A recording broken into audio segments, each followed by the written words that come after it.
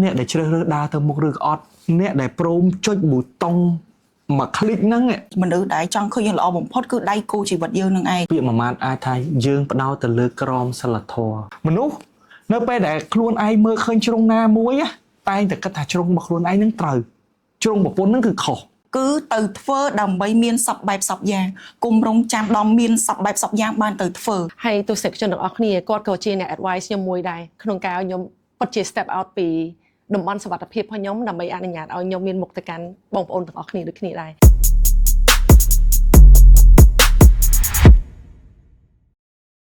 ជំរាបសួរ Hello បងប្អូនទាំងអស់គ្នាស្វាគមន៍ត្រឡប់មកកាន់ Sakura Podcast ជាថ្មីម្ដងទៀតថ្ងៃនេះក៏ធំប្លែកបន្តិចទៀតដែរដោយសារយើងមាន couple មួយដែល sweet ហើយគាត់ក៏ជា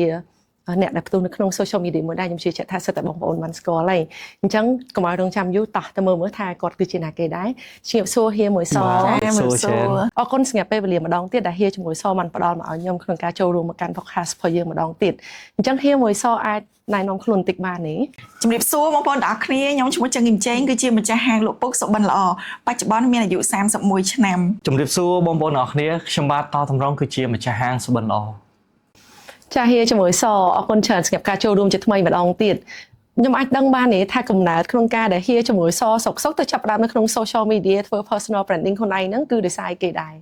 នឹងឯចែនចង់និយាយថាតាមពិតវាជាចំណងចំណូលចិត្តរបស់សៅផងព្រោះដោយសារសៅក៏ជាមនុស្សម្នាក់ដែលចូលចិត្តរបៀបថានិយាយឬក៏ថតជាវីដេអូអីបែបហ្នឹងដែរគ្រាន់ថារាល់ដងអត់ដែលមានភាពក្លាហានក្នុងការចេញដល់ទៅពេលថ្ងៃមួយមើលឃើញថាទីផ្សារបច្ចុប្បន្នមនុស្សភាគច្រើនចូលចិត្តមើលទៅតាម social media ហើយយើងគឺជាម្ចាស់អាជីវកម្មអ្នកលក់អីវ៉ាន់អញ្ចឹងបើសិនជាយើងអត់ប្រម៉ូទអត់ធ្វើទីផ្សារសួរថាតើមានពុកម៉ែបងប្អូនអតិថិជនរបស់យើងមកពីណាដែលគាត់ស្គាល់យើងហើយបើគាត់អត់ស្គាល់គាត់អត់ងាយគ្រប់គ្រងជាមួយនឹងសេវាកម្មផលិតផលអាជីវកម្មរបស់យើងទេអញ្ចឹងពេលខ្លះខ្ញុំមើលឃើញថាបើសិនជាយើងអត់ទៅធ្វើទីផ្សារឲ្យអាជីវកម្មខ្លួនឯងទេយើង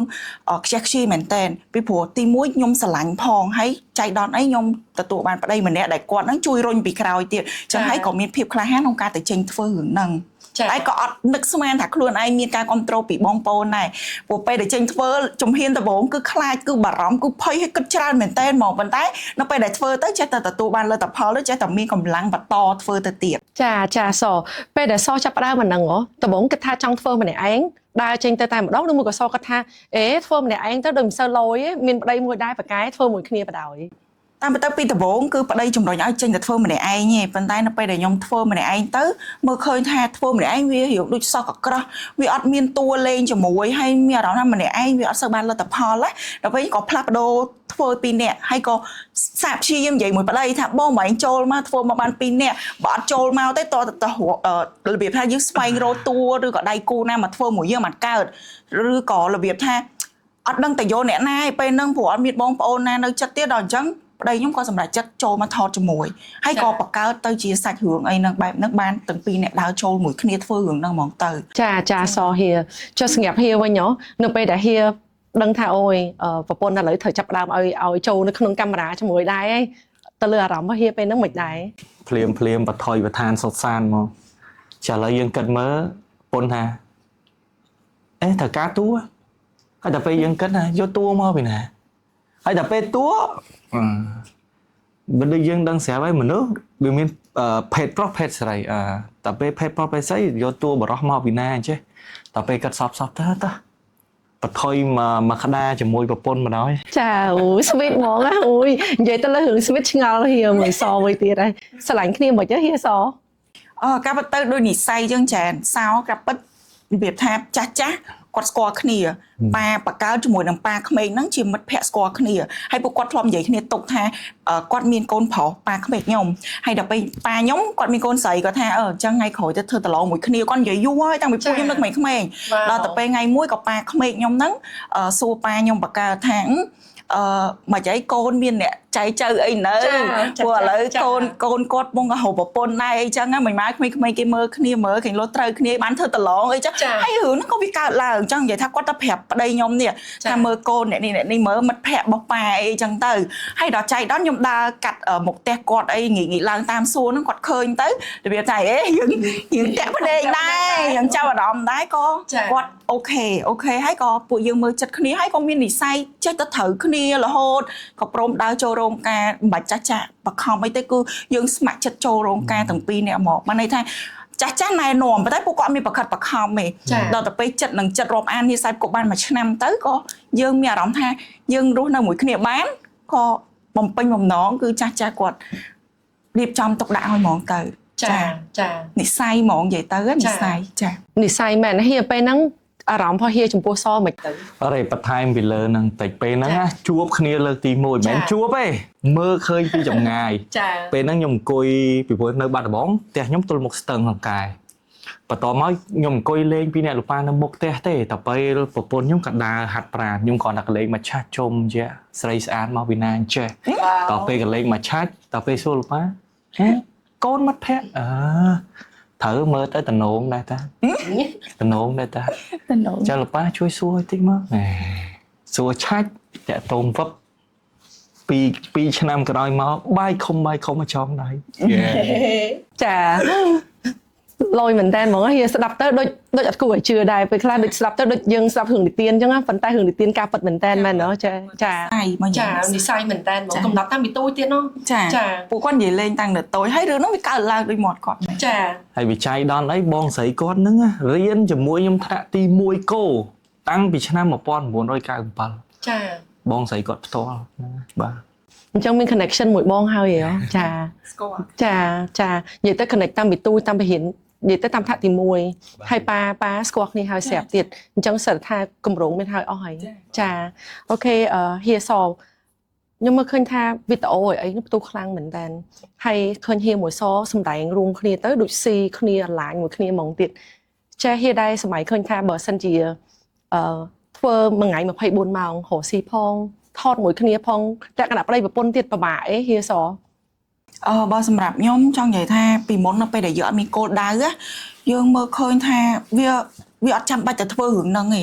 ប៉ុន្តែដល់ពេលមានគោលដៅមួយទី1គឺយើងមានកូនមានអីហើយអញ្ចឹងត្រូវគិតឲ្យវែងឆ្ងាយអញ្ចឹងពួកខ្ញុំចង់បង្កើនចំណូលបន្ថែមហើយពួកខ្ញុំចង់ឲ្យខ្លួនឯងរីកចម្រើនទៅមុខជាងហ្នឹងព្រោះមើលឃើញថាបើសិនជាយើងនៅរោបែបគេហៅថាអាជីវកម្មគ្រួសារគឺយើងទន្ទឹងរង់ចាំឲ្យភ្ញៀវគាត់មកដល់ទីតាំងផ្ទាល់គឺវាអត់ងាយព្រោះសម័យ digital marketing អញ្ចឹងមានអារម្មណ៍ថាដូចកាប់បំពង់រងចាំទឹកភ្លៀងអញ្ចឹងវាតឹងណាដល់ពេលអញ្ចឹងខ្ញុំមើលឃើញថាសម័យនេះគួរណាស់តែឲ្យខ្លួនឯងចេញទៅធ្វើរឿងអីថ្មីហើយជាក់ស្ដែង talent របស់ខ្ញុំគឺជាមនុស្សម្នាក់ដែលចូលចិត្តរបៀបថាយើងអត់សូវអៀនខ្មែរអីដែរទេរៀនដូចថាអាចឲ្យខ្លួនឯងទៅធ្វើបានទេប៉ុន្តែហេតុអីកប់ខ្លួនឯងកប់សក្តានុពលខ្លួនឯងទុកចោលអត់ព្រមចេញទៅធ្វើចេះតែខ្លាចអ្នកដទៃមើលមកបែបណាគិតច្រើនបារម្ភច្រើនអត់ហ៊ានបោះមកជំហានទៀតទៅទេដល់ពេលអញ្ចឹងខ្ញុំមានអារម្មណ៍ថាស្ដាយក៏សាកល្បងថាឥឡូវចេញទៅធ្វើសិនបើសិនជាបានផលិតផលបែបណាមិនទាន់ពេញចិត្តយើងយកមកសេរីវិញមកកែលម្អបន្ថែមតែបើសិនជាលទ្ធផលល្អអូខេយើងkeep consistent ធ្វើវាជាប់លាប់បន្តទៀតហើយអីដែលអត់នឹកស្មានដល់គឺវាទទួលបានផ្លែផ្កាតាមអីដែលខ្លួនឯងចង់បានហើយមានការរុញពីគាត់នឹងឯងរុញខ្ញុំខ្លាំងមែនតើហ្មងទាំងដែលពីដំបូងខ្ញុំមានសក្តានុពលខ្លួនឯងប៉ុន្តែខ្ញុំវាអត់ហ៊ានហើយយកអត់ហ៊ានប្រឈមមកពេលខ្លះលោលទ្ធផលវាបានដូចចិត្តអញ្ចឹងគាត់គិតអីវិជ្ជមានចាក់បញ្ចូលមកវិជ្ជមានថាឲ្យខ្ញុំទៅធ្វើសិនទៅអញ្ចឹងខ្ញុំមានកម្លាំងចិត្តពីប្តីខ្ញុំហើយក៏ទៅធ្វើវាចាហៀមានអីចង់បន្ថែមកន្លែងហ្នឹងកន្លែងហ្នឹងក៏ឃ្លានឱកាសនេះចង់ទៅសារពន្ធមួយម៉ាត់ដែរនិយាយទៅដូចគាត់និយាយចឹងតាមពិតធម្មជាតិរបស់គាត់គឺជាមនុស្សម្នាក់ដែលមានសក្តានុពលក្នុងនឹងច្រើនប៉ុន្តែវាអត់អាចកោះចេញមកខាងក្រៅបានណាបន្ទាប់មកពីការមើលឃើញមកខ្ញុំស្ដាយមែនតើបើសិនជាក្នុងគណៈពេលនេះយើងនៅតែសង្ងំខ្លួនទៀតយើងពួនទៀតមានន័យថាខ្ជះខ្ជាយពេលវេលាមែនតើអញ្ចឹងក៏ខ្ញុំពាក្យមួយម៉ាត់ដែលខ្ញុំតែងតែ support ពន្ធខ្ញុំថាចេះអ្វីដែលបងអាចជួយជ្រោមជ្រែងកណៃបានត្រឹមតែអ្វីដែលបងមើលឃើញទេប៉ុន្តែអ្នកដែលជ្រើសរើសដើរទៅមុខឬក៏អត់អ្នកដែលព្រមចុចប៊ូតុងមួយคลิกហ្នឹងបោះមកជំហានទៅមុខគឺមានតែណៃខ្លួនឯងទេចាតែប៉ុណ្្នឹង powerful មែនតើ clear មួយហ្នឹងអញ្ចឹងមិនសដែរបានឆ្ងាយមែនតើហ្មងអូចាហៀសដោយសារខ្ញុំ imagine ខ្លួនឯងអត់ឃើញអញ្ចឹងណាថាប្តីខ្លួនឯងក៏ជាអ្នកសម្ដែងមួយគ្នាការរកស៊ីក៏រកស៊ីមួយគ្នាហួសនៅជីវិតប្រចាំថ្ងៃជាឪពុកជាម្ដាយក៏មួយគ្នាតើអារម្មណ៍មួយហ្នឹងមិនដែរការហួសនៅរាល់ថ្ងៃហ្នឹងណា បើសម្រាប់ខ្ញុំកន្លងមកធម្មតាចានក្នុងរាវតែងតែរង្គោះហើយពេលខ្លះអារម្មណ៍ខ្ញុំ stress អត់សុបាយចិត្តអីចឹងហើយគួបផ្សំនឹងយើងឲ្យខ្លួនឯងទៅធ្វើរឿងអីដែលថ្មីចេញពី comfort zone ខ្លាំងមែនតើធ្វើរឿងហ្នឹងអញ្ចឹងពេលខ្លះគាត់និយាយអីមកគឺប៉ះពាល់ដូចគ្នាពេលគាត់ឃើញយើងធ្វើអត់ត្រឹមត្រូវអីឧទាហរណ៍ថាខ្ញុំទៅធ្វើទៅគាត់តែអត់យកទេធ្វើបែបនេះគាត់កែលម្អហើយខ្ញុំពេលខ្លះទៅរៀងប្រឆាំងអីចឹងទៅអញ្ចឹងពេលខ្លះប៉ះទង្គិចប៉ុន្តែអារម្មណ៍មួយថាប្តីគឺចង់ឃើញប្រពន្ធបានល្អបំផុត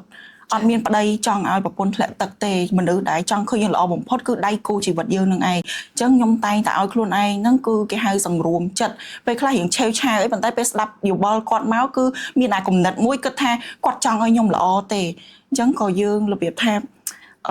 ចុះសម្រងមកគ្នាវិញណាប៉ុន្តែគ្រាន់ថាការប៉ះទង្គិចវាតែតែមានហើយវាមិនអត់ទេហើយជួបមុខគ្នារាល់ថ្ងៃរស់នៅមួយគ្នារាល់ថ្ងៃវាតែតែមានហ្មងអារឿងហ្នឹងជាអត់ផុតទេចាប៉ុន្តែខ្ញុំមើលឃើញថានៅពេលដែលខ្ញុំទៅធ្វើរឿងហ្នឹងរួមគ្នាពួកខ្ញុំកាន់តែយល់ពីគ្នាហើយនៅជាមួយគ្នាហ្នឹងកាន់តែល្អប្រសើរជាងមុនពីព្រោះនៅពេលទៅធ្វើរឿងហ្នឹងគឺយើងស្គាល់គោលដៅរួមបាត់ហើយហើយយើងចង់បានអីអញ្ចឹងមកយើងកន្លែងទៅដំណើរមួយហ្នឹងយើងទៅស្រាប់តែផ្អាកយើងដោយគ្រាន់តែប៉ះទង្គិចគ្នាតិចតួចយើងប្រឈប់គឺគោលដៅហ្នឹងវាដើរអត់ដល់ហ្មងដើរដល់ដែរប៉ុន្តែវាទាមទារពេលវេលាយូរមែនតើ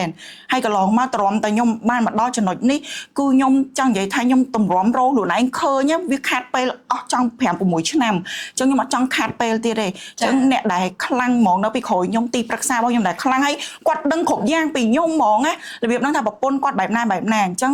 គាត់នឹងឲ្យជាអ្នកដែលខ្ញុំត្រូវតែស្ដាប់ដំបូន្មានគាត់ពេលខ្លះជាដៃគូយើងដឹងចិត្តគ្នាពេកពេលដែលនិយាយមកស្ដាប់អត់សូវចូលទេប៉ុន្តែខ្ញុំទៅមើលឡើងវិញថាហេតុអីបានខ្ញុំត្រូវប្រឆាំងពីព្រោះមានតែគាត់ឯងចង់ឃើញខ្ញុំល្អអញ្ចឹងពេលគាត់ប្រាប់អីមកខ្ញុំឲ្យខ្លួនឯងទៅស្ដាប់គាត់ទៅធ្វើតាមគាត់ហើយខ្ញុំមើលឃើញថានៅពេលដែលខ្ញុំស្ដាប់គាត់គឺខ្ញុំជោគជ័យច្រើនតែបើខ្ញុំប្រឆាំងមួយគាត់ខ្ញុំខ្លួនឯងក៏អត់សុបាយចិត្តគាត់ក៏អត់សុបាយចិត្តហើយសុភមង្គលគ្រួសារក៏អត់សូវមានដែរអញ្ចឹងខ្ញុំមើលឃើញថាជីវិតគូគឺវាបែបហ្នឹងពិតមែនមានជូរចត់ផ្អែមល្វីងក្នុងហ្នឹងជួបអស់ហើយប៉ុន្តែយើងនៅតែអាចដើរបានមកដល់ចំណុចនេះចាចាហៀសinteresting មួយទៀតដែរតកតងជាមួយនឹងការប្រើប្រាស់ពេលវេលាបន្ថែមលើសនឹងតិចទៀតការបែងចែកពេលវេលាផ្ទាល់ខ្លួនដែលយើងមានស្ងាត់គ្រួសារប្តីប្រពន្ធជាមួយកូនហើយនឹងទៅលើពេលវេលាស្ងាត់យើងប្រកបអាជីវកម្មដោយសារមួយថ្ងៃ24ម៉ោងមួយគ្នាអីជាទូទៅចាសជាមួយនឹងហៀបែងចែកពេលវេលាមិនដែរបើនិយាយជារួមដោយសារតែពេលវេលាជារួមទៅដោយសារតែពេលវេលារបស់យើងភាគច្រើនយើងផ្ដោតទៅលើអាជីវកម្មចាអញ្ចឹងអ្វីដែលយើងអាចផ្សារភ្ជាប់តំណែងក្រៅពីប្តីប្រពន្ធហើយជាមួយនឹងកូនជារៀងរាល់ព្រឹកយើងនិយាយពីជារៀងរាល់ព្រឹកតែម្ដងគឺខ្ញុំហើយនឹងប្រពន្ធខ្ញុំតែងតែជូនកូនទៅរៀនឲ្យផ្ទាល់អញ្ចឹងជូនកូនទៅដាក់សាលារួចព្រឹកឡើងយើងញ៉ាំអាហារពេលព្រឹកមួយគ្នានៅខាងក្រៅអីចឹងណាអញ្ចឹងហ្នឹងជាពេលវេលាដែលយើងអាចដូចថារំសាយអារម្មណ៍បានមានន័យថាដូចផ្ដល់ពេលវេលាឲ្យខ្លួនឯងជាមួយនឹងក្រុមគ្រួសារអញ្ចឹងណាអញ្ចឹងត្រឡប់មកវិញពីអាហារពេលព្រឹកបន្ទាប់មកយើងចូលសមរភូមិយើងទៀតចូលដល់អាជីវកម្មយើងទៀតអញ្ចឹងណាបាទហើយបើនិយាយទៅពេលវេលាដែលពិសេសសម្រាប់កូនមួយទៀតដែលធំជាងគេហ្នឹងជារៀងរាល់ចុងសប្តាហ៍ជាពិសេសថ្ងៃសៅរ៍ថ្ងៃអាទិត្យអីចឹងណាបាទពាក្យច្រើនជូនពួកគាត់ទៅលេងផ្សារទំនើបហើយនឹង playground ណាបើ on 2វិញជន់ហ្នឹងអូរាល់អាទិត្យបើនិយាយទៅចាយើងសន្យាមួយកូនត្រូវតែធ្វើឲ្យបានព្រោះច័ន្ទសុក្រហ្នឹងគឺកូនទៅរៀនបាត់ហើយចាអញ្ចឹងសៅរ៍អាទិត្យបើសិនជារវល់យ៉ាងណាក៏ដោយក៏សុំច្បាប់កូនដែរណាថ្ងៃសៅរ៍អាទិត្យគឺបើសិនជារវល់ដកខ្លួនអត់បានហ្មងក៏សុំច្បាប់ពីកូនដែរព្រោះពេលវេលាហ្នឹងធ្លាប់សន្យាថាទុកឲ្យកូនចាអញ្ចឹងតែងតែបំពេញឲ្យកូនថ្ងៃសៅរ៍អាទិត្យហ្នឹងឯងចានិយាយទៅបច្ចុប្បន្នរសារហៀជាមួយសមែនតើដែលអាចបែងចែកពេលវេលាថាអូរស៊ីគឺរស៊ីពេលវេលានេះគឺសម្រាប់កូនសម្រាប់គ្រួសារគឺសម្រាប់កូនសម្រាប់គ្រួសារចាហៀសពេលដែលយើងធ្វើតាក់ទងជាមួយនឹង social media personal branding content បែបហ្នឹងតែងតែមានការបាក់ទឹកចិត្តខ្លះហើយតែងតែមានការប៉ះទង្គិចតែងការយើងសម្ដែងមួយគ្នាប៉ះទង្គិចមួយហើយមួយទៀតឧទាហរណ៍ថាបានទទួលការរិះគន់បានទទួលការ demotivate យើងធ្វើឲ្យយើងបាក់ទឹកចិត្តហ្មងហ្នឹងជាទូទៅហៀជាមួយសអាចនឹងធ្វើឲ្យខ្លួនឯងងើបឈរឡើងដើរទៅមុខបានដោយវិធីសាស្ត្រណាដែរហើយយើង overcome បាននឹងរបៀបម៉េចប៉ុន្តែចានតាមពិតទៅពេលទៅឲ្យខ្លួនឯងចេញពី comfort zone ហើយទៅធ្វើរឿងបែបហ្នឹងណាគឺពួកខ្ញុំទាំងពីរហ្នឹងគឺបានត្រៀមខ្លួនរួចជាស្រេចហើយថាបើសិនជាជួបនៅ comment អវិជ្ជមានឬក៏មានអ្នកមិនពេញចិត្តអ្នកដែលគាត់ comment មិនសប្បាយចិត្តមួយយើងទៅអាន comment ច្បាស់ជា sad ហើយប៉ុន្តែអីដែលអាច support ឲ្យខ្លួនឯងមើលឃើញណាគឺដូចថាយើងគិតអីតា positive កុំឲ្យខ្លួនឯងជាប់គាំងមួយអា comment ហ្នឹងហើយធ្វើឲ្យយើងបាត់បង់ខ្លួនឯងណាព្រោះយើង ខំមកយូរហើយប៉ុន្តែជាក់ស្ដែងអ្វីដែលពួកខ្ញុំទៅធ្វើគឺយើងគិតដូចគ្នាអត់មែនថាធ្វើដើម្បីបានតែ view មកប៉ុន្តែបាត់បង់ credit បាត់បង់កិត្តិយសគឺអត់អញ្ចឹងឯងអញ្ចឹងអីដែលពួកខ្ញុំទាំងពីរទៅសរុបសេចក្តីទៅមើលលទ្ធផលគឺពួកខ្ញុំកម្រទទួលបានពាក្យរិះគន់ឬក៏ comment negative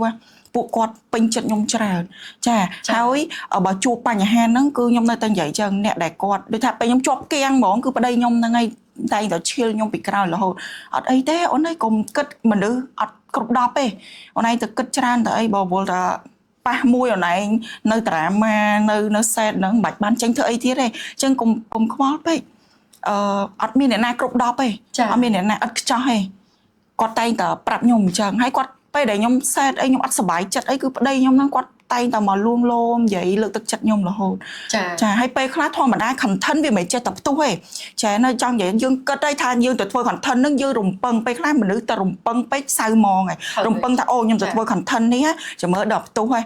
រំពឹងថាបានចំនួន 100k ឬក៏មកអីឧទាហរណ៍ប៉ុន្តែជាក់ស្ដែងវាអត់បានអញ្ចឹងទៅយើងមានអារម្មណ៍ថាមិនបានអញ្ចឹងសំណំតែ content បែបនេះបែបនោះប៉ុន្តែសួរថាខ្ញុំប្រឈប់ចំណឹងអត់ទេខ្ញុំនៅតែពីអ្នកប្តីនឹងរួមគ្នាទៅគិត content ហើយ consistent ជាប់លាប់ខ្ញុំនៅតែនិយាយពាក្យថាការធ្វើជាប់លាប់ហ្នឹងគឺនិយាយតាមត្រង់មកឲ្យខ្លួនឯងទៅធ្វើបានពិតមែនពួកខ្ញុំរងថ្ងៃនោះគឺ consistent មែនតើជាមួយនឹងការចេញ content ទៅកាន់ទស្សនិកជនដែលពួកគាត់ជា fan ពួកគាត់ស្រឡាញ់ចូលចិត្តពួកខ្ញុំមាន content ខ្លះក៏វាហុកវាផ្ទុះខ្លាំង content ខ្លះល្មមអញ្ចឹងទៅហើយ content ខ្លះគឺអត់ផ្ទុះអីធម្មតាតែខ្ញុំរងថ្ងៃពិតជាអត់មានជាប់គាំងទៅលើការផ្ទុះឬមិនផ្ទុះហើយគ្រាន់តែដឹងថាអីដែលខ្ញុំធ្វើគឺខ្ញុំមានគោលដៅមួយចង់ផ្ដល់ជាភាពសប្បាយរីករាយទៅដល់ fan ហើយខ្ញុំអត់និយាយប៉ះពាល់អីទៅកាន់អ្នកណាគឺយើងធ្វើបែបគេហៅថាយើងគិតថាមុននឹងធ្វើអត់មែនដើម្បី view ហើយឲ្យពួកខ្ញុំទៅសម្ដែងអីដែលមិនមែនជាខ្លួនឯងទៅសម្ដែងអីវាលើសវាប៉ះពាល់ក៏ពួកខ្ញុំអត់ធ្វើដាច់ខាតគឺយើងមានគោលជំហរមាន stand របស់ពួកយើងហ្មងចាអញ្ចឹងកន្លែងហ្នឹងពាក្យមួយម៉ាត់អាចថាយើងផ្ដោតទៅលើក្រមសីលធម៌ពីព្រោះអីខ្ញុំអាចចែករំលែកថានៅពេលនេះពីព្រោះធ្លាប់លើបងប្អូនមួយចំនួនដែលយើងជួបទៅគាត់បានហៅយើងថា idol អីចឹងខ្លាចចឹងទៅយើងក៏មិនធ្លាប់បាននឹកគិតដែរប៉ុន្តែយើងសប្បាយចិត្តហើយយើងអរគុណទៅកាន់ពួកគាត់ដូចគ្នាអញ្ចឹងអ្វីដែលអាចផ្ដល់ទៅកាន់អ្នកគាំទ្ររបស់យើងក៏ដូចជាផ្ដល់ចែករំលែកទៅក្នុងសង្គមយើងពិតជាប្រយ័ត្នប្រយែងជាពិសេសក្រមសីលធម៌និងគោលការណ៍របស់យើងតែម្ដងពីព្រោះអីពួកគាត់ស្រឡាញ់យើងអញ្ចឹងខ្ញុំជាមួយប្រពន្ធខ្ញុំថាសួរថា view យើងត្រូវការអត់យើងត្រូវការប៉ុន្តែប្រើប្រាស់វិធីសាស្ត្រមួយដែលធ្វើយ៉ាងម៉េចឲ្យពួកយើងទាំងពីរនាក់កាន់តែមានគុណតម្លៃថែមមកកម្រិតទៀតមិនថាចំពោះខ្លួនឯងមិនថាជាការផ្ដល់ត្រឡប់តបស្នងទៅកាន់សង្គមត្រឡប់ទៅវិញទេចា៎បាទអញ្ចឹងពីចេតនារបស់យើងគ្រាន់តែថាអូខេ view យើងទទួលបានហើយគុណតម្លៃក៏យើងទទួលបានស្របគ្នាដែរអញ្ចឹងណាបាទចា៎ជាពិសេសខ្ញុំសប្បាយចិត្តណាពេលដែលខ្ញុំមើល content របស់ហៀមួយសពេលខ្លះ stress មួយថ្ងៃពេញអីអញ្ចឹងឃើញអានឹងមួយទៅមួយយ៉ាងដែរល្អសោចដល់ហើយអញ្ចឹងឆ្ងល់ដែរថាហៀមួយសដំបងឡើយហេតុអីបានមានគំនិតថាគួរតែធ្វើ content បែបសប្បាយនឹងដើម្បីអាច entertain audience របស់យើងបានអញ្ចឹងណាដោយសារចែកដូចថាមនុស្សរងថ្ងៃដូចថាខំប្រឹងរស់ស៊ីទាំងអស់គ្នាម្នាក់គឺបើកតាភ្នែកមកមានរឿងរវល់មានការងារត្រូវធ្វើហើយបើសិនជាឲ្យខ្ញុំទៅជ្រើសរើស content បែប sad drama យំឬក៏ content ជេរគ្នាដើម្បីល្បីគឺអត់ទេអត់ស៊ីជាមួយនឹងពួកខ្ញុំទេគឺពួកខ្ញុំទៅគិតមើលវិញគឺខ្ញុំចង់ផ្ដល់ជា content ណាដែលរបៀបថាពួកគាត់មើលហើយក៏ពួកគាត់មានអារម្មណ៍មានក្តីសោកឬក៏សប្បាយរីករាយឬក៏ពេលខ្លះអ្នកខ្លះវិញគឺគាត់ពងតែអត់សប្បាយចិត្តចឹងពេលខ្លះគាត់ជាប់គាំងដែរគាត់អត់សប្បាយចិត្តតែបើកមកអូសឃើញខ្ញុំអីសំដែងទៅសំទៅយ៉ាងហោចណាស់ខ្ញុំបានធ្វើឲ្យគាត់សើចអានឹងក៏ជាក្តីសុខរបស់អ្នកផលិតមាតិកាដែរយ៉ាងហើយណាគាត់បានសើចមិនមែនមើល content ខ្ញុំឲ្យគាត់ក្តៅកាហាយថែមទៀតទេអានឹងបាបហ្មងចាអញ្ចឹងខ្ញុំគិតថាខ្ញុំចង់ផ្ដល់អីដែលឲ្យគេមានក្តីសុខគេបានសុបាយមួយខ្ញុំដែរខ្ញុំសុបាយមួយឯងសខ្ញុំ fan មួយដែរតែខ្ញុំឃើញគឺខ្ញុំតែអស់ម្លងឯងនិយាយទៅឃើញឈប់មើលសិនហ្មងមានអារម្មណ៍ថាមើលលើកណាក៏អត់ធន់ទេថ្មីប្លែកមករហូតហើយ content creative មែនតើហ្មងហើយណាមួយជីវិតគូគឺវាបែបហ្នឹងដែរមនុស្សស្រីភាគច្រើនទៅល្ងើអីទីមទាចំណាប់អារម្មណ៍ពីប្តីចង់ឲ្យប្តីហ្នឹងមកលួងមុនអត់ព្រមចោះញោមចាញ់ប្តីទេអូយការពិតអត់ចោះញោមទេមិនមែនតែក្នុងការសម្ដែងជីវិតពិតហើយភាគច្រើនគឺអញ្ចឹងមនុស្សប្រុសគឺត្រូវទទួលយកអាហ្នឹងអញ្ចឹងខ្ញុំចង់និយាយថាទៅលេងហ្នឹងវាមិនមែនថាសម្ដែងការពិតវាមាននៅក្នុងជីវិតយើងអញ្ចឹងមែនបានមើលមកលក្ខណៈថាមើលទៅវាបែបរៀលមើលទៅបែបធម្មជាតិអាសាខ្ញុំមិនអញ្ចឹងដែរចង់បានលុយប្តីមែន ចា ចឹងសរុបចុងក្រោយតាមមកឃ្លាចុងក្រោយហ្នឹងទេ មិនវាចង់ក្រោយទេ ធ្វើមិនបានលុយ លុយខ្លួនឯងក៏ចង់បានតែចង់បានលុយប្រៃបន្ថែម extra បូកពីលើហ្នឹង ចា ហ្នឹងស្នាមញញឹមពេញមួយថ្ងៃ នឹងពេញមួយថ្ងៃ ចា អូយ so good មែនតើអត់ទេកន្លែងហ្នឹងណាហៀងមួយសអត់តែខ្ញុំឃើញនឹកណាកណ្ដាលខ្ញុំឈប់មើលរហូតមិនតែហ្មងខ្ញុំមានអារម្មណ៍ថាអត់តែឃើញដល់មានតែគេថ្មីទៀតហើយអូយកំងថ្ងៃមុនកំងទៅលើរឿងកំងកាហ្វេ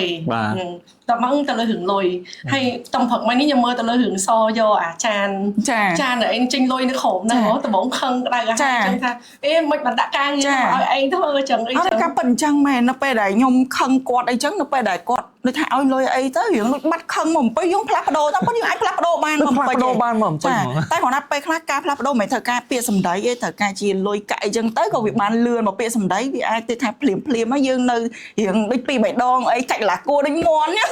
តែដល់បានដាក់លុយមកគឺបដូរភ្លាមលឿនហ្មង សង្កត់ចិត្តបានលឿនមក បានលឿនហ្មង ចិត្តបាន ស្អមចិត្តបាន ស្អមចិត្តលឿនហ្មង ចាអូយ so good តែជាក់ស្រីមកជាក់ស្រី ចាតើពាក្យណាមួយដែលសជាមួយហ៊ីមានអារម្មណ៍ថាឈឺចាប់បំផុតហើយចង់របស់បងអានឹងចោលតាមពាក្យដែលគាត់និយាយហ្នឹងហ្មង បើនិយាយទៅចាចង់និយាយថាមិនអត់ទេជីវិតយើងម្នាក់តែងតែជួបនៅការមាក់ងាយពេបជ្រីរិះគន់អីចឹងណាដូចថាខ្ញុំធ្លាប់មានអ្នកដែលគាត់និយាយថា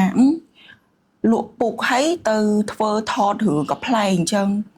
មើលទៅរបៀបថាលេងសើចអញ្ចឹងបានប្រយោជន៍អីចង់និយាយអ្នកខ្លះគាត់អត់ឲ្យតម្លៃអាយើងទៅធ្វើមេតិកាហ្នឹងដើម្បីគោលដៅរបស់យើងបង្កើនអាជីវកម្មរបស់យើងកាន់តែមានគេស្គាល់ច្រើនគាត់មើលអត់ឃើញអាគោលដៅហ្នឹងឯងគាត់មើលឃើញមកវិញគឺអាវិជ្ជមានហ្មងថាទៅថតអញ្ចឹងអត់ខ្មាស់គេអត់ខ្លាចគេសើចឬក៏របៀបថាយើងជាម្ចាស់ហាងលក់ពុកហើយយើងទៅថតអញ្ចឹងគឺមើលមកលក្ខណៈថាគាត់ពេបជ្រីយើងថាវាអត់តំណងអត់អីចឹងទៅប៉ុន្តែអីដែលខ្ញុំប្រាប់ខ្លួនឯងហ្មងណាគឺខ្ញុំស្គាល់គោលដៅរបស់ខ្លួនឯងខ្ញុំដឹងថាខ្ញុំកំពុងតែធ្វើនឹងឆ្ពោះទៅរកគោលដៅរបស់ខ្ញុំអញ្ចឹងបើសិនជាតាមផ្លូវនឹងមានអ្នកណាគាត់មកប្រអាក់រារាំងគឺខ្ញុំអត់ខ្វល់ទេសំខាន់ខ្ញុំដឹងថាខ្ញុំធ្វើនឹងគឺខ្ញុំអត់បានទៅប៉ះពាល់អ្នកណាឬក៏ហែកហួរគ្នាឬក៏ប៉ះពាល់ទៅសង្គមឬក៏ផ្ដាល់នៅអវិជ្ជមានអីទៅកាន់អ្នកដែលមើលរបស់ខ្ញុំទេអញ្ចឹងដើម្បីគោលដៅឲ្យអាជីវកម្មរបស់ខ្ញុំមានគេស្គាល់ច្រើនខ្ញុំពិតជាអត់ខ្វល់ពីរឿងហ្នឹងឯងมันអត់ទេពាក្យសម្ដីដែលវាមកនិយាយដាក់តាជាយើងណាពេលខ្លះយើងជាប់ទាំងមួយផ្លេតដែរណាពេលស្ដាប់ឮប៉ុន្តែប្រាប់ខ្លួនឯងថាគោលដៅសំខាន់ជាងអារម្មណ៍និងការគិតរបស់ខ្លួនឯងបើយើងវល់គិតទៅអារឿងអវិជ្ជមានហ្នឹងណាគោលដៅហ្នឹងវាវែងភ្លាមហ្មងចាអញ្ចឹងឲ្យគោលដៅវាធំជាងហ្មងខ្ញុំអត់បានទៅចាប់អារម្មណ៍ទេចានឹងស្មោះត្រង់អីដែលខ្ញុំអាចលើកទឹកចិត្តអ្នកដែលគាត់មើលវីដេអូមួយនេះបើសិនជាចេញធ្វើហើយច្បាស់ណាស់នឹងជួបរឿងហ្នឹងហើយរឿងហ្នឹងជារឿងប្រឈមធំបំផុតសម្រាប់អ្នកដែលគាត់បោះមកជំហានចេញទៅធ្វើហ្នឹងចេញធ្វើជាមនុស្សបងមហាជននេះមួយអត់ស្រួលទេព្រោះយើងបានបង្ហាញតែឲ្យគេឃើញចាតែយើងចេញពី comfort zone យើងនឹងជួបរឿងហ្នឹងពិតមែនប៉ុន្តែបើយើងនៅបន្តនៅក្នុង comfort zone ខ្លួនឯងទៀតយើងអត់មានផ្លាស់ប្ដូរទៅណាទេហើយក៏អត់ជួបរឿងអីថ្មីដែលល្អប្រសើរជាងមុនដែរអញ្ចឹងខ្ញុំលើកទឹកចិត្តថាចេញទៅធ្វើសិនទៅចាហើយកុំខ្វល់ពីអាសម្ដីអវិជ្ជមាននឹងច្រើនពេកបើខ្វល់ច្រើនពេកអត់បានដើរទៅមុខទេហើយបើខ្ញុំខ្វល់រឿងហ្នឹងមកដល់ថ្ងៃនេះក៏ខ្ញុំអត់បានបន្តថតទៀតដែរប្រហែលជាខ្ញុំឈប់ថតចាខ្ញុំឆ្លោះនេះមួយប្តីខ្ញុំរឿងហ្នឹងទៀតឧទាហរណ៍ថាប្តីខ្ញុំគាត់គិតវិជ្ជមានហើយប៉ុន្តែខ្ញុំម្ល៉េះតែគិតអាសម្ដីអស់ហ្នឹងគឺខ្ញុំឈប់ទៅមុខរួចហ្មងអញ្ចឹងខ្ញុំអត់បានថតទៀតទេចាតែខ្ញុំអត់គិតទេចាព្រោះខ្ញុំដឹងថាខ្ញុំធ្វើនេះគឺខ្ញុំដើរផ្លូវត្រូវហើយគោលដៅគឺខ្ញុំមានហើយខ្ញុំទៅធ្វើចានិយាយទៅពិតជា feel powerful ដែរពេលដែលស្ដាប់សហើយមានអារម្មណ៍ថាកាន់តែឲ្យខ្លួនឯងមានធម៌ពលនៅក្នុងខ្លួនដែលមិនខ្វល់ថាសម្ដីអ្នកជំនាញខ្លួនយ៉ាងណាឬមួយក៏ការរិះគន់បែបណាប៉ុន្តែនៅតែឲ្យខ្លួនឯងបន្តដំណើរមួយទៅដល់គោលដៅដែលយើងចង់បានចាបន្តទៀតដែរហៀមួយសតាក់ទងជាមួយនឹង failure ការបរាជ័យខ្ញុំគិតថាអាជីវកម្មមួយណាក៏ដោយការធ្វើ content ឬមួយក៏ការធ្វើមាតិកាមួយណាតែងតែមានការបរាជ័យឬមួយក៏អ្វីដែលយើងបានរៀនសូត្រនៅក្នុងដំណើរការមួយនឹងហៀជាមួយសគាត់ថាអ្វីទៅដែលជាការបរាជ័យធំមួយក្នុងការធ្វើអានឹងហើយឲ្យខ្លួនឯងបានរៀនសូត្របានច្រើនមែនតើពីវាបើតាក់ទងនឹងពាក្យបរាជ័យដំបូងឡើយយកអារម្មណ៍មកដឹកនាំនិងប្រើប្រាស់មានន័យថានឹកឃើញចង់ថតក៏ថតទៅណានឹកឃើញមិនចង់ថតនឹកឃើញមិនសប្បាយចិត្ត នៅពេលដែលមានការប៉ះអង្គិចរវាងប្តីប្រពន្ធអីចឹងទៅក៏ຕົកវាចោលចឹងទៅក៏ខ្ជិលអើពើអីចឹងទៅ ចា អញ្ចឹងអ្វីដែលធ្វើឲ្យបរាជ័យបំផុតពីព្រោះធ្លាប់ដំបូងធ្លាប់ចេញធ្វើហើយប៉ុន្តែធ្វើរួចទុកចោលធ្វើរួចទុកចោលធ្វើរួចទុកចោល ចា អញ្ចឹងទី1គោលដៅក៏អត់ដល់អាទឹកចិត្តក៏វាបាក់បាទហើយបន្ទាប់មកតទៅពេលខ្ញុំចាប់អារម្មណ៍ថាបើបណ្ដោយឲ្យខ្លួនឯងនៅតែធ្វើបែបហ្នឹងទៀតណា3ឆ្នាំទៀតក្រោយ5ឆ្នាំទៀតក្រោយនៅតែប៉ុណ្្នឹងទេអញ្ចឹងចំណុចសំខាន់រវាងប្តីប្រពន្ធរបស់ខ្ញុំគឺការជជែកគ្នាពីព្រោះរាល់ដងបើសិនតែការប៉ះនឹងកិច្ចអូខេប្រពន្ធទៅដល់ប្រពន្ធប្តីទៅដល់ប្តីអញ្ចឹងទៅអញ្ចឹងសួរថាងាកប៉ះ ចា អត់ដែលឲ្យខ្លួនឯងទាំងខ្ញុំក៏ដោយទាំងប្រពន្ធខ្ញុំក៏ដោយអត់ដែលយកមកជជែកគ្នាថាតាំងកពិតនេះយើងប៉ះគ្នារឿងនេះយើងជជែកគ្នាតទៅពេលយើងព្រមឲ្យខ្លួនឯងដូចថាទម្លាក់ទឹកចិត្តបន្តិចព្រមស្ដាប់គ្នាទៅវិញទៅមកអញ្ចឹងណាអញ្ចឹងក៏ចាប់ផ្ដើមយល់ពីគ្នាហើយអ្វីដែលតាំងកពិតអ្វីដែលយើងប៉ះគ្នាកន្លងមកហ្នឹងតាំងកពិតគោលដៅរបស់យើងគោលដៅរួមតើ ចា មិនមែនចង់ថាអូអ្នកណាខុសអ្នកណាត្រូវអ្នកណាគេល្អអ្នកណាគេអាក្រក់ណាតាំងពីពិតអ្វីដែលយើងជជែកគ្នាសពដងហ្នឹងគឺដើម្បីតែគោលដៅរួមយើងទៅមុខទេបើយើងក៏លេចទៅមើលវិញអញ្ចឹងជ្រុងនៃការមើលឃើញរបស់ខ្ញុំតាំងពីពិតមនុស្សនៅពេលដែលខ្លួនឯងមើលឃើញជ្រុងណាមួយតែងតែគិតថាជ្រុងរបស់ខ្លួនឯងហ្នឹងត្រូវជ្រុងប្រពន្ធហ្នឹងគឺខុសប៉ុន្តែខ្ញុំភ្លេចគិតថាតាំងពីពិតការមើលឃើញរបស់ខ្ញុំក៏ល្អការមើលឃើញរបស់ប្រពន្ធខ្ញុំក៏ល្អ ចា តាំងពីពិតដើម្បីគោលដៅរួមតើតទៅពេលខ្ញុំចាប់ផ្ដើមយល់ពីចំណុចកន្លែងហ្នឹងថាការមើលឃើញរបស់អ្នកណាគេក៏ល្អមានន័យថាការស្ដាប់របស់យើងល្អជាងមុនអញ្ចឹងមានន័យថាការប្រស្រ័យតាក់ទងរវាងខ្ញុំហើយនឹងប្រពន្ធរបស់ខ្ញុំយើងកាន់តែយល់គ្នាស៊ីមានន័យថាស៊ីសង្វាក់គ្នាថែមមកកម្រិតទៀត ចា អញ្ចឹងទៅហើយក៏យើងប្រាប់ខ្លួនឯងថាអូខេយើងបង្កើតលទ្ធផលបានហើយវីដេអូបើតាមខ្ញុំចាំឆ្នាំ2024មិនក្រោម20វីដេអូទេដែលយើងទទួលបានការគាំទ្រលើសពី 1M ណា ចា ប៉ុន្តែខ្ញុំតែងតែជជែកមួយប្រាប់ប្រពន្ធខ្ញុំថាអូខេយើងសប្បាយចិត្តបានណាប៉ុន្តែកុំឲ្យអាភាពសប្បាយចិត្តហ្នឹងទៅជាអំនួតណាទៅជាភ្លើនទៅជាផ្លិច ចា ពីព្រោះកាលណាតើសមិទ្ធផលហ្នឹងវាកើតឡើងមែនប៉ុន្តែមនុស្សងាយនឹងផ្លិចត្រឡប់មកវិញដោយសារគេនៅក្នុង social media វីដេអូច្រើនមែនតើ ចា អញ្ចឹងបានមុនហ្នឹងក៏ប្រពន្ធខ្ញុំបាននិយាយដែរពាក្យ consistency ខ្ញុំក៏អាសាប្រើគាត់ក៏អាសាប្រើយើងរំលឹកគ្នាទៅវិញទៅមកមានន័យថាយើងដឹកដៃគ្នាធ្វើមិនធ្វើវាឲ្យជាប់លាប់ជារៀងរាល់ថ្ងៃអញ្ចឹងដូចបងប្អូនឃើញអញ្ចឹងនៅលើ page របស់ល្អយើងតែងតែ post វីដេអូរៀងរាល់ម៉ោង10ព្រឹក ចា យើងធ្វើឲ្យបាននិយាយទៅធ្វើឲ្យបានតែម្ដង ចា ប៉ុណ្ណា គួរចាប់អារម្មណ៍ខ្លាំងណាស់ហៀមួយសនៅពេលដែលដូចថាយើងមិនធ្វើនឹងម្នាក់ឯងណាដូចថាមានអ្នក support គ្នាជាប្តីព្រយើងស្រាប់ទៀតហៀមួយសអាចចែកម្លែកពីវិធីសាស្ត្រដើម្បីអាចឲ្យយើងជាប្តីប្រពន្ធ keep reminding គ្នា consistency ហ្នឹងវារឿងមួយដែលថាវិធីសាស្ត្រមួយដែលហៀមួយសរំលឹកគ្នាប៉ុន្តែអាចចែកម្លែកបានន័យថាមានវិធីសាស្ត្រគេទៀតដើម្បីឲ្យយើងអាចដើរទៅដល់គោលដៅនឹងបានស្ងាត់ទាំងអាជីវកម្មស្ងាត់ទាំងការធ្វើមាតិកា content ហ្នឹងឲ្យជីវិតប្តីប្រពន្ធព្រយើងនឹងទៀតណាវិធីសាស្ត្រផ្សេងដែរហៀមួយសរគាត់ថានេះគឺជាកត្តាមួយដែលសំខាន់បំផុតដែលយើងគួរតែមានហ្មងណា ពាក្យមួយម៉ាត់ចក្ខុវិស័យរួមពីមុនខ្ញុំអត់យល់ពាក្យហ្នឹងទេខ្ញុំអត់យល់ពាក្យហ្នឹងក៏អត់មានពាក្យហ្នឹងដែរអញ្ចឹងចេះឆ្ងល់ថាមិនបានជីវិតប្តីប្រពន្ធអូខេសប្បាយហើយសែតមកហើយសប្បាយសែតមកទៀតហើយជួបអាសាជួបអញ្ចឹងវាដូចជាអាចរន់វិលចុះឡើងអញ្ចឹងអញ្ចឹងតែពេលខ្ញុំកលេចទៅមើលវិញចាប់ដើមខ្ញុំអានសភៅក៏ដោយខ្ញុំទៅរៀនវគ្គប្រវត្តិច្រើនក៏ដោយទើបខ្ញុំចាប់បានពាក្យមួយម៉ាត់គឺចក្ខុវិស័យរួមពីព្រោះមិនមែនខ្ញុំដើរទៅម្នាក់ឯងណាខ្ញុំបង្កើតក្រុមគ្រួសារទៅខ្ញុំមានទាំងប្រពន្ធខ្ញុំមានទាំងកូន ចា អញ្ចឹងពេលខ្លះសូម្បីតែខ្ញុំខ្លួនឯងផ្ទាល់អត់ដឹងថាខ្លួនឯងចង់ទៅណាផងហ្នឹងចុះតរំតអ្នកដែលដើរជាមួយខ្ញុំប្រពន្ធខ្ញុំមិនដឹងខ្ញុំដើរទៅណាអត់បានជ័យគ្នាអត់ដឹងយើងចង់ទៅណាអាហ្នឹងបញ្ហាធ្ងន់ធ្ងរហ្មងបញ្ហាធ្ងន់ធ្ងរគឺនៅកន្លែងហ្នឹងអាចថាតកតងទៅនឹងចក្ខុវិស័យរួមអាចថាជីវិតរបស់មនុស្សយើងវាមានអីក្រៅពីក្តីសុខហ្នឹងវាមានអីគេតកតងទៅនឹងលំនៅឋានផងវាមានតកតងទៅនឹងសម្ភារៈប្រើប្រាស់ផងវាមានតកតងទៅនឹងអាការប្រស័យតកតងគ្នាជាមួយនឹងក្រុមគ្រួសារផងពីមុនយើងនិយាយថាចេះចោះការពីអ្នកប្តីប្រពន្ធខ្ញុំក៏គិតលើអាជីវកម្មប្រពន្ធក៏គិតលើអាជីវកម្មអញ្ចឹងផ្លិចគិតពីតំណែងគ្រួសារ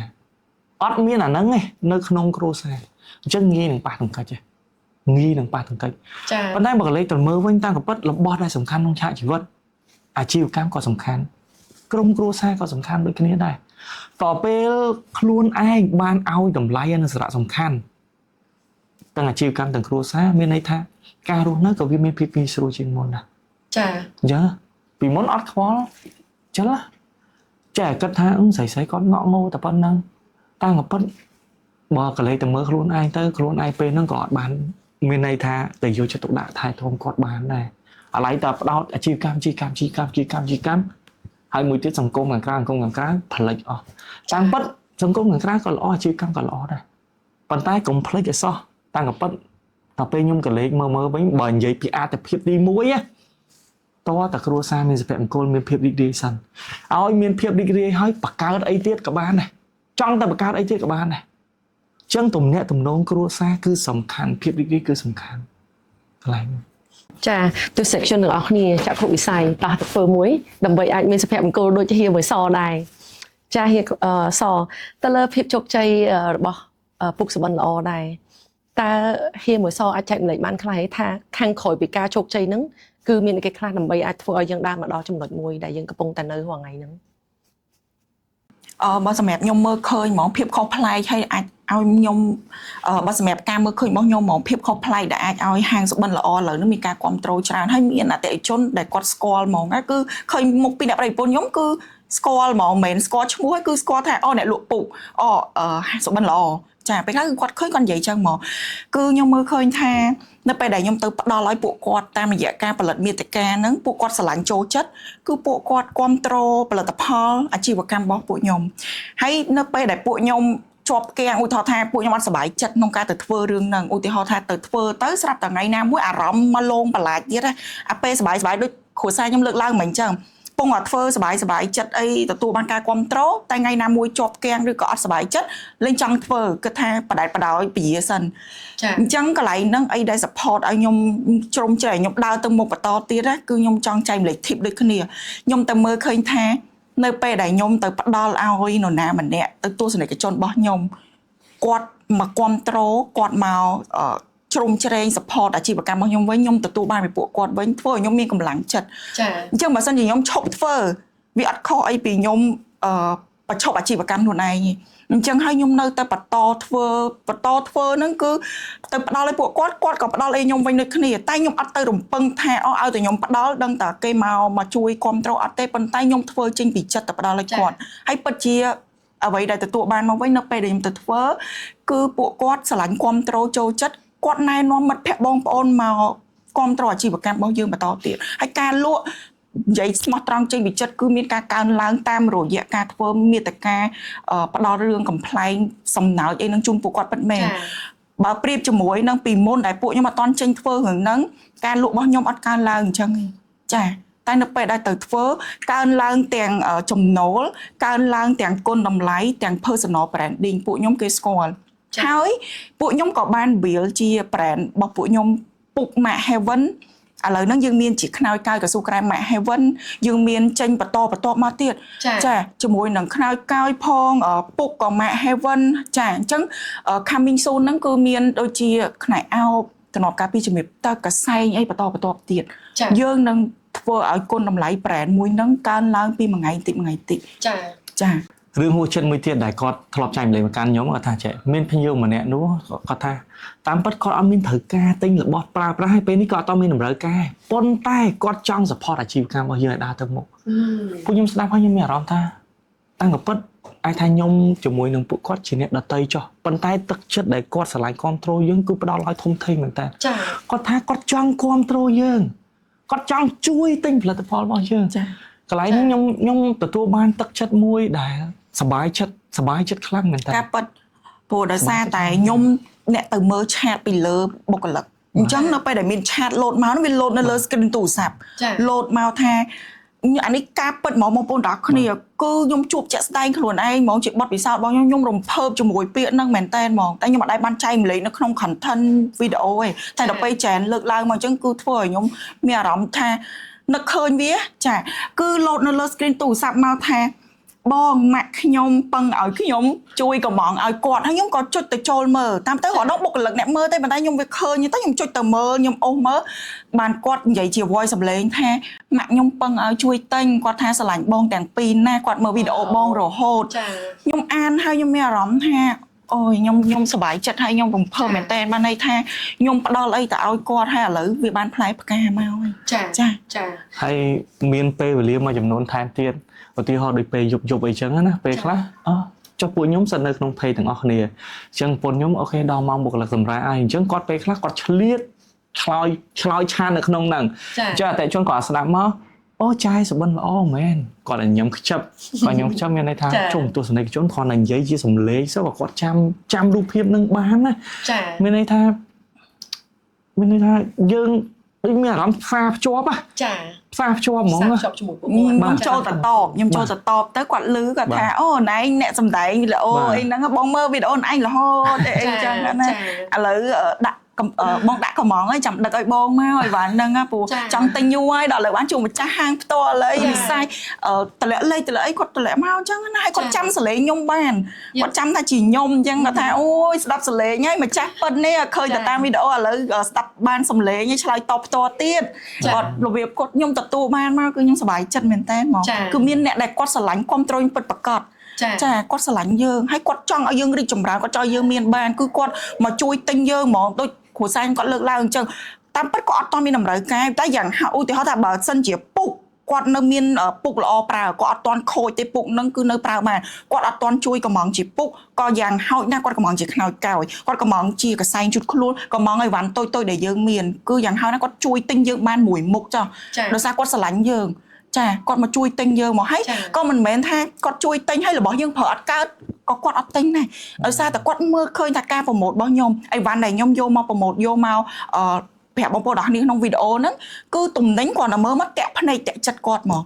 ចាថាមើលទៅអីវ៉ាន់ល្អពិតមែនហើយចាក់ស្ដែងពួកយើងរងថ្ងៃពិតជាផ្ដោតលក់ទំនិញអីវ៉ាន់ផលិតផលល្អពិតមែនចាមិនមែនលក់ឲ្យតែបានលុយភ្ញៀវទេណាបើស្រាន់តែចង់បានលុយភ្ញៀវគឺអត់បានយូរវែងទេខំកសាផ្លាកយីហោនេះមកយូរហើយរបបឆ្នាំងបាយអត់បោកឆ្នាំងបាយខ្លួនឯងចោលទេចាលក់គ្រាន់តែចង់បានលុយភ្ញៀវអត់បានយូរអត់បានវែងឆ្ងាយទេប៉ុន្តែលក់គឺគិតពីភ្ញៀវទៅថ្ងៃមុខទៀតហើយគាត់ណែនាំមិត្តភក្តិបងប្អូនមកទៀតមែនចាគាត់ជួយណែនាំហ្មងពីព្រោះអីតែតែប្រាប់គាត់ដែរថាលុយដែលបងប្អូនអតិជនជួយគ្រប់គ្រងយើងណាគាត់រោមកដោយលំបាកចាពិបាកណាចាអញ្ចឹងបើសិនជាគាត់ស្រឡាញ់ពេញចិត្តយើងរួចយើងលក់ទំនិញដែលអត់មានគុណភាពយើងដូចជាបំផ្លាញទឹកចិត្តគាត់អញ្ចឹងគាត់ខំស្រឡាញ់គាត់ខំគ្រប់គ្រងគាត់ខំជួយទិញយើងប៉ុន្តែយើងបានបំផ្លាញនៅទំនុកចិត្តរបស់គាត់មានអារម្មណ៍ថាបើធ្វើបែបហ្នឹងគឺមិនត្រឹមតែគាត់ឈឺផ្សាខ្ញុំក៏ឈឺផ្សាដូចគ្នាអញ្ចឹងហើយទៅខ្ញុំមើលនឹងជាមួយនឹងប្រពន្ធធ្វើបែបណាក៏ដោយយើងប្រយ័ត្នប្រយែងក្នុងការជ្រើសរើសមុខទំនិញណាដើម្បីលក់ទៅកាន់ពួកគាត់ត្រឡប់ទៅវិញអញ្ចឹងណាបាទមានន័យថាយើងរក្សាគុណភាពនិងទំនុកចិត្តឲ្យគាត់ចាហៀសជាចុងក្រោយតើហៀមួយសមាន clear មួយទៅកាន់ទស្សនិកជនឬមួយក៏ជាម្ចាស់អាជីវកម្មដែលពួកគាត់អត់តបានធ្វើ personal branding ផ្ទាល់ឬមួយក៏ចាប់ផ្ដើមអនុញ្ញាតឲ្យខ្លួនឯងចេញទៅធ្វើមាតិកាខ្លួនឯងហ្នឹងតើហៀមួយសមាន clear មួយចុងក្រោយសម្រាប់ពួកគាត់បែបណាដែរល្អមែនតែនចែននិយាយទៅខ្ញុំក៏មាន clear សម្រាប់លើកទឹកចិត្ត fan ខ្ញុំដែរជាពិសេសអ្នកដែលគាត់ជាប់គាំងថាអត់ហ៊ានចេញទៅធ្វើខ្មាស់គេគិតច្រើនបារម្ភច្រើនបើសម្រាប់ខ្ញុំពីមុនអត់ខុសពីអ្នកទាំងអស់គ្នាគឺខ្ញុំគិតច្រើនអត់ហ៊ានចេញទៅធ្វើទេអញនិយាយមួយម៉ាត់ថាវាយតង់ងាប់ក៏អត់ថតដែរខ្លាចខ្មាស់មិត្តភ័ក្តិខ្លាចគេមើលមកមិនគិតតែគេអត់គិតខ្លួនឯងទេតែអីដែលអាចឲ្យខ្ញុំបោះមកជំហានទៅធ្វើបានហើយមានគេឈ្មោះមានគេស្គាល់ដល់បច្ចុប្បន្នគឺដោយសារតែខ្ញុំមាន clear មួយ support ខ្លួនឯងនោះគឺទៅធ្វើដើម្បីមានសពបែបសពយ៉ាងគុំរងចាំដល់មានសពបែបសពយ៉ាងបានទៅធ្វើអត់ឲ្យលេះខ្លួនឯងអូតតែខ្ញុំបែបនេះបែបនោះចាំខ្ញុំទៅថតចាំខ្ញុំទៅធ្វើវាអត់អាចទេវាអត់មានឱកាសណាដែលយើងអត់ទាន់បានទៅធ្វើហើយរំពឹងថានឹងមកទេតតែយើងទៅធ្វើសិនចាដើម្បីទទួលបានអីដែលយើងចង់បានមិនមែនថាមានហើយចាំទៅធ្វើដល់ពេលមានហើយគឺលែងចេញធ្វើហើយអញ្ចឹងឲ្យខ្លួនឯងទៅធ្វើសិនចា powerful មែនតើហើយទស្សនិកជនទាំងអស់គ្នាគាត់ក៏ជាអ្នក advice ខ្ញុំមួយដែរក្នុងការឲ្យខ្ញុំពិតជា step out ពីតំបន់សុវត្ថិភាពរបស់ខ្ញុំដើម្បីអនុញ្ញាតឲ្យខ្ញុំមានមុខទៅកាន់បងប្អូនទាំងអស់គ្នាដូចគ្នាដែរចាហ៊ីមានអីចង់ថែមបើសម្រាប់ហ៊ី ពាក្យមួយឃ្លាដែលខ្ញុំតែងតែប្រាប់ខ្លួនឯងកន្លងមកដើម្បីឲ្យខ្លួនឯងបានដើរទៅមុខបន្តគឺគ្រប់យ៉ាងគឺខ្លួនខ្ញុំជាអ្នកបង្កើត ចា ណាខ្ញុំពិតជាអាចទៅបង្កើតអ្វីៗគ្រប់សពបែបយ៉ាងបានសំខាន់តើខ្ញុំយល់ព្រមទៅបង្កើតវាឬក៏អត់ដែលកន្លងមកខ្ញុំក៏ធ្លាប់ជាមនុស្សម្នាក់ដែលរងចាំហើយនឹងរំពឹងថាពេលណាខ្ញុំទទួលវាបាន ចា ប៉ុន្តែវាអត់មានកើតឡើងវាមិនអាចកើតឡើងដាច់ខាតលុះត្រាណាតែខ្ញុំខ្លួនឯងយល់ព្រមដើរចាកចេញទៅបង្កើតវាដោយខ្លួនឯងផ្ទាល់តែប៉ុណ្ណាហើយខ្ញុំចង់ផ្ដាំទៅបងប្អូនទាំងអស់គ្នាថាតាំងពីពិតមនុស្សយើងគឺមានសក្តានុពលធំណាស់សំខាន់ខ្លួនឯងរកឲ្យឃើញធម៌ពលពីក្នុងខ្លួននេះ ចា កោះវាចេញមកពីខាងក្រៅបងប្អូនអូខេធ្លាប់បាក់ទឹកចិត្តធ្លាប់សែធ្លាប់ត្រាម៉ាបែបណាក៏ដោយរឿងធម្មតាពីព្រោះយើងជាមនុស្សមានសាច់មានឈាមមានបេះដូង ចា ចំណុចសំខាន់អូខេឥឡូវហ្នឹងពីមុនខ្ញុំធ្លាប់បែបហ្នឹងឥឡូវនេះខ្ញុំចង់ក្លាយទៅជាមនុស្សថ្មីដើម្បីទៅបង្កើតលទ្ធផលថ្មីដែលខ្ញុំចង់បានគ្រប់គ្នាពិតជាអាចទៅបង្កើតវាបានទៅរកធម៌ពលខ្លួនឯងឲ្យឃើញជាពិសេសរក្សាធម៌ពលវិជ្ជមានឲ្យបានគ្រប់យ៉ាងអ្វីក៏អាចទៅរួចបានដែរ ចា បាទ អរគុណច្រើនមែនតើហៀជាមួយសទៅកាន់អតិជនឃ្លាមួយដ៏ខ្លីខ្លឹមហើយពិតជាមានធម៌ពលចាជាចុងក្រោយក៏អរគុណហៀជាមួយសដែលបានមានវត្តមានចូលរួមជាមួយខ្ញុំនៅក្នុងថ្ងៃនេះដែរហើយខ្ញុំក៏អរគុណច្រើនសម្រាប់ពេលវេលាដែលបានផ្ដល់មកកាន់សក្តា podcast របស់ពួកយើងហើយខ្ញុំក៏ជឿជាក់ថាបងប្អូនយើងក៏ទទួលបានចំណេះដឹងនិងការចែករំលែកជាច្រើនពីហៀជាមួយនឹងសដូចគ្នាដែរអូខេអរគុណច្រើនសម្រាប់ការទស្សនាបងប្អូនទាំងអស់គ្នា